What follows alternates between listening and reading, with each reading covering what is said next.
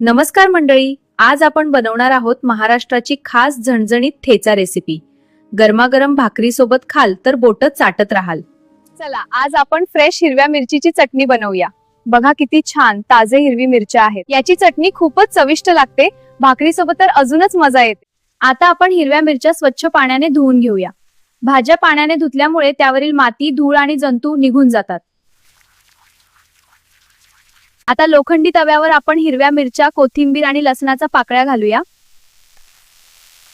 त्यावर थोडंसं तेल टाकून हे सगळं हलकं परतून घेऊया, म्हणजे चटणीला खूप छान चव येईल। मिरच्या आणि लसूण छान भाजून झाले आहेत। आता हे सगळं आपण सिलबट्ट्यावर ठेवून बारीक वाटून घेऊया। सिलबट्ट्यावर वाटल्यामुळे चटणीला खूप छान चव येते। चटणी जास्त बारीक नाही वाटायची, थोडी जाडसर ठेवायची, म्हणजे चव अजून वाढते। ठेचा तयार झाला आहे। आता आपण तो बाउलमध्ये काढूया। गरमागरम भाकरी सोबत हा झणझणीत ठेचा खूपच चविष्ट लागतो।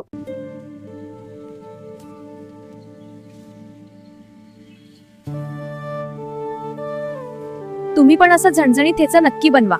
व्हिडिओ आवडला असेल तर लाईक, शेअर आणि सबस्क्राइब करायला विसरू नका।